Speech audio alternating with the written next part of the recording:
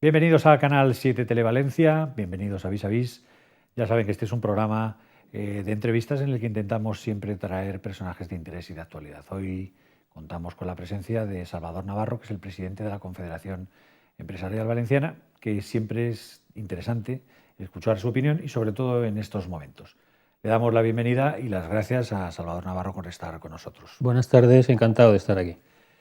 Salvador, estamos en un momento complicado, llevamos ya unos cuantos años complicados, pero dicen los del Fondo Monetario Internacional, hoy, dicen también los del Gobierno Central, que el año que viene será un poco mejor. ¿Cuál es tu opinión desde el punto de vista como presidente de los empresarios y de la patronal valenciana? Bueno, el punto de vista está claro, es decir, datos macroeconómicos invitan a cierto optimismo con mucha cautela.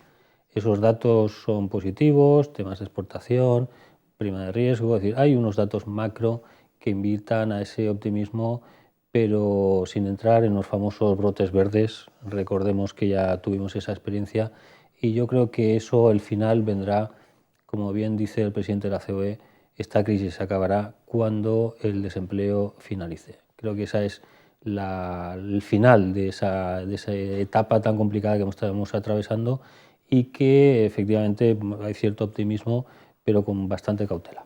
¿Las circunstancias en la Comunidad Valenciana son parecidas o estamos en una situación mejor, peor, igual? En determinados puntos yo te diría que incluso mejor, y por ejemplo te voy a decir el nivel de exportación. Tenemos un consolidado muchísimo mejor a nivel de exportación, incluso en balanza comercial superávit, que a nivel nacional. Somos la cuarta comunidad en exportaciones con un nivel muy positivo y por tanto aportando superávit comercial a un déficit comercial que hasta ahora ha tenido España. Esta crisis está haciendo que se replanteen todas las estructuras, en este caso me refiero a las relacionadas, pues en Valencia pues existe CIERVAL, que es la Confederación Empresarial de Valencia, Castellón y Alicante, la CEP, que es la valenciana, después está la Cámara de Comercio, están las patronales del sector. ¿Cree usted que todo eso va a surgir algunos cambios al respecto? De hecho, hablan ustedes en alguna ocasión de fusionarse con otros. ¿Cómo están esas conversaciones?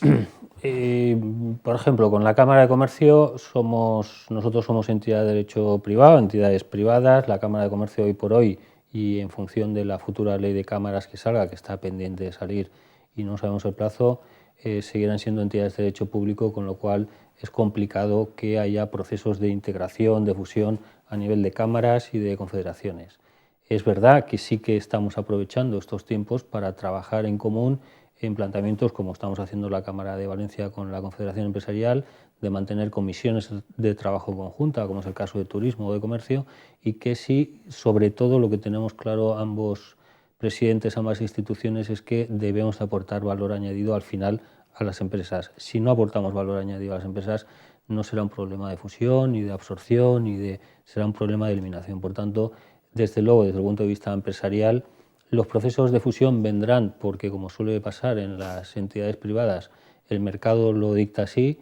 En el caso de las confederaciones, el mercado lo marca también la empresa, las federaciones y asociaciones, y desde luego antes de ese tipo de fusión tiene que haber otro tipo de fusiones más por abajo, por asociaciones y federaciones, que indudablemente llegará, pero tiempo al tiempo. ¿Se están produciendo esas fusiones en asociaciones o en federaciones? Bueno, de momento la única que yo recuerde, y además vivida con experiencia, en julio en la Confederación Empresarial aprobamos la fusión con la Confederación Empresarial de la Pequeña y Mediana Empresa. Por tanto, nosotros ya hemos dado un ejemplo de madurez. El empresario valenciano, el empresario de la provincia de Valencia, ha dado un ejemplo de madurez al resto de asociaciones y federaciones, fusionando una confederación de pequeña y mediana empresa con la Confederación Empresarial Valenciana.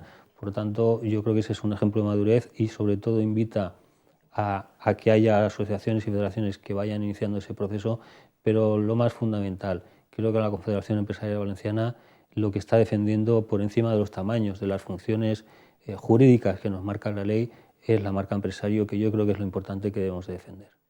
¿Cree usted, el otro día oíamos al presidente de gobierno diciendo que todavía faltaban reformas por hacer? ¿Cree que se han hecho suficientes o que todavía estamos bastante lejos o cerca de los cambios que se tienen que producir en general en todos los ámbitos? Reforma de la administración, se hizo el proceso de financiero, se ha hecho también la reforma laboral. ¿Cree usted que estamos todavía en ese proceso? Estamos adaptándonos. Quiero decir que la reforma financiera fue una reforma importante. Lamentablemente, traducido al crédito en la empresa, pues los datos del Banco de España indican que mes a mes que va pasando, la empresa privada está decreciendo, no en la tasa de crecimiento, porque la tasa está siendo negativa, sino en la tasa de crecimiento de créditos nuevos. Es decir, cada mes que ocurre y que tenemos la información del Banco de España está demostrándose, y ha ocurrido en el mes de agosto, ha ocurrido en el mes de septiembre, que está decreciendo el acceso al crédito nuevo por parte de las empresas privadas, pero no ocurre así con las administraciones públicas. Yo creo que una responsabilidad importante de las entidades financieras sería trasladar al tejido productivo, al que realmente genera valor, riqueza y empleo a toda la sociedad, que tenga tasas de crecimiento de crédito, porque sin eso la recuperación va a ser más larga y más tardía. Por tanto, yo creo que una petición a las entidades financieras y a las administraciones públicas,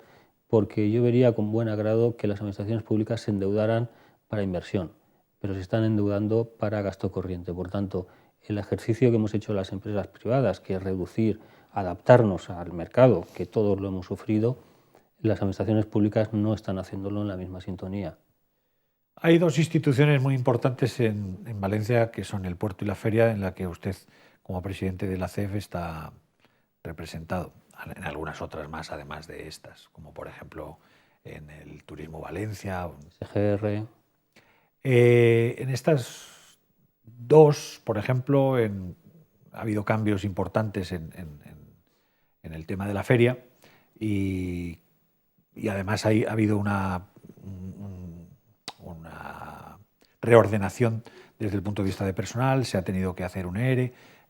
¿Cómo ve usted el futuro de la feria? Ya no solo por esta feria, sino en general, porque el comercio ha cambiado mucho y no sé si van a existir en el futuro entidades feriales tan grandes como la que tenga Madrid, Barcelona o la propia Valencia.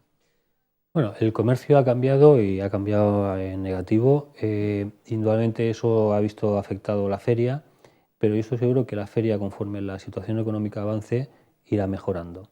Es verdad que la estructura actual, igual que nos ha ocurrido en las empresas, en las instituciones, hemos tenido que ir adaptando, y esto se ha hecho en la feria, y sobre todo porque tiene que ser un modelo también, un ejemplo de lo que parte de una entidad que hoy por hoy es pública, pues tiene que adaptarse a la nueva situación, y eso es lo que estamos haciendo desde que hace 2 años entramos en el comité ejecutivo.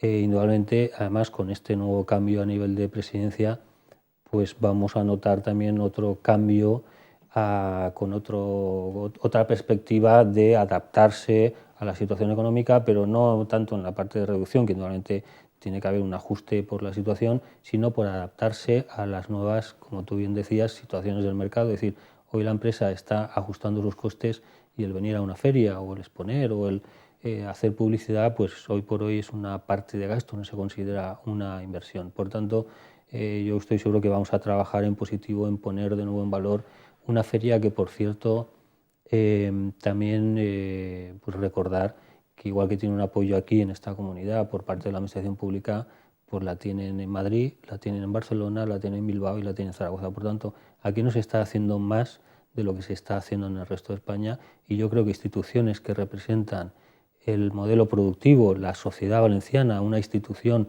que al final es un modelo económico para la sociedad, para la Comunidad Valenciana, indudablemente hay que defenderla. El puerto, acaba usted de aterrizar recientemente. El puerto de Valencia es uno de los puertos más importantes, si no el más importante de España, en cuanto al volumen de contenedores. Parece que había un plan de modernización y de automatización, porque por otro lado había algunas compañías de transporte marítimo que se quejaban de los costos y que estaban pensando en trasladar sus transportes a otros puertos que fueran más competitivos. Bueno, así es. De hecho, bueno, se está negociando con la estiba. Lo que no es lógico es que tengamos unos costes superiores a puertos como Italia. No estoy comparando puertos del norte de África, sino estoy comparando con puertos de Europa. Por tanto, yo creo que en estos modelos de economía o somos productivos y somos competitivos y tenemos capacidad para demostrarlo. Y pongo el ejemplo de Ford, de haber conseguido que la planta de Almusafes sea la que se haya llevado el gato al agua, por decirlo de alguna manera, en cuanto a la producción de motor y de vehículos, pues significa que tenemos capacidad de ser competitivos. Por tanto, el puerto de Valencia, el cual, como digo yo, es un efecto tractora para el resto de empresas, precisamente además de innovación, y no estamos hablando de innovación en la fabricación, sino innovación en la gestión, en este caso de la logística, pues necesita también adaptarse, y por parte de la estiba yo estoy seguro que va a haber una adaptación a la realidad económica que estamos haciendo todos, desde los empresarios, los ciudadanos, los funcionarios y todos. Desde el punto de vista empresarial, ¿qué sector cree usted que es el que más rápidamente va a salir de la crisis o que está ya iniciando, por supuesto, todo lo que tenga que ver con exportación, y si se han puesto las pilas son los que más rápidamente están en ello, ¿no? Pero ¿qué sectores serían o cómo ve usted el futuro dentro sectorizado del empresariado valenciano? Hablar de sectores y de empresas, porque muchas veces caemos en el error de que un sector está maduro, que está en crisis, y resulta que dentro de ese sector tenemos empresas que están en primera línea. Yo creo que en ese sentido, bueno, sectores como la agroalimentación, la química, por supuesto la cerámica, el automóvil, son sectores que están pujando y están llevando ese nivel de exportaciones de la Comunidad Valenciana, porque muchas veces tenemos ese, sobre todo en la Comunidad Valenciana, que parece que aquí estamos haciendo las cosas mal, que estamos bueno, pues con los problemas que no hay en otras regiones o autonomías de España. Y yo, que estoy dando vueltas por Valencia, por visitando empresas, te das cuenta de que hay un nivel tecnológico, hay un nivel de innovación, hay un nivel de implicación del empresario con los trabajadores que deberíamos de ponerlo mucho más en valor. Y sí que, desde luego, ahí hacen falta los medios de comunicación. Yo creo que empresas de referencia que parece que estén o que no existan, pues hoy por hoy conozco empresas que están exportando el 98% de la producción. Y eso, de alguna manera, hay que ponerlo en valor. Lo que pasa es que muchas veces esas empresas no se conocen y a lo mejor solo negativizamos Sí. la realidad que nosotros vemos o porque no conocemos toda, claro. Ese es un papel que tenemos las confederaciones empresariales, de poner en valor al modelo empresarial que tenemos y, desde luego, indudablemente mejorar todo lo que tenemos que mejorar, pero tenemos modelos de empresarios que hay que poner en valor y los tenemos que defender. En los últimos años la Confederación Empresarial Valenciana ha tenido serias dificultades, fundamentalmente porque, como casi todos, han dilatado sus pagos la Generalitat por los problemas que todo el mundo sabe, y eso, igual que ha arrastrado a empresas, ha arrastrado a la entidad en la que usted preside, ¿no? Y la ha obligado a transformarla. Bueno, hicimos una redimensión de la estructura en el año 2012. Yo tengo que decir y reconocer públicamente que el equipo que ha quedado ha asumido y ha motivado, y muchísimo más motivado, una situación complicada, pero también tengo que decir que seguramente este año, después de 3 años, cerraremos el ejercicio con resultado prácticamente cero, que era lo que presupuestamos para este año, y además con un nivel de implicación y motivación por parte de los empresarios, pero sobre todo algo más importante, y es que estoy notando como presidente una cohesión empresarial en torno a la Confederación, porque lo que estamos trabajando es cada vez más, sin olvidarnos que somos un agente social, más lo privado y menos lo público. Repito, sin olvidarnos que somos un agente social. Sus relaciones con los sindicatos, a pesar de los cambios que ha habido, reformas laborales, etcétera, etcétera, que no han sido lógicamente aceptadas desde su forma de cómo se han llevado a la práctica, ¿cómo son las relaciones? Perfectas. No tengo ninguna En cuanto a la cordialidad, las relaciones son magníficas y indudablemente los sindicatos tienen que existir y también, por supuesto, tienen que adaptarse a la nueva situación, igual que estamos haciendo el resto de instituciones. Pero en ese sentido, magníficas. Hace todos los años ustedes firman con la Generalitat un convenio de formación que firman los sindicatos y las patronales. ¿Se les ha rebajado mucho en comparación con otros años? Pues te voy a decir el presupuesto a nivel global del año 2009. Teníamos un presupuesto global de convenios con la Generalitat, y digo convenios y no digo subvenciones, convenios, que no es lo mismo, de 13 millones de euros total de presupuesto, entre aportaciones de las federaciones, asociaciones y convenios, y este año va a ser de 3. ¿De 3? Sí. Y yo ahí tengo que hacer una crítica, como siempre, constructiva a la administración pública. Ese concepto de formación que algunos han tenido interés en llamar subvenciones, que yo no estoy de acuerdo, porque aquí las únicas subvenciones que cobran a fondo perdido son los sindicatos y los partidos políticos, el resto no son subvenciones. Yo creo que esa es una línea roja que hay que remarcar. Ese dinero de formación sale de las empresas y ese dinero, cada año que ha ido pasando desde el año 2009 hasta la fecha, el Estado, que tenía una aportación, la ha ido disminuyendo. Por tanto, sale de las empresas porque las empresas pagan a través de las nóminas y de la seguridad social. La empresa paga el 0,60 y el trabajador paga el 0,10.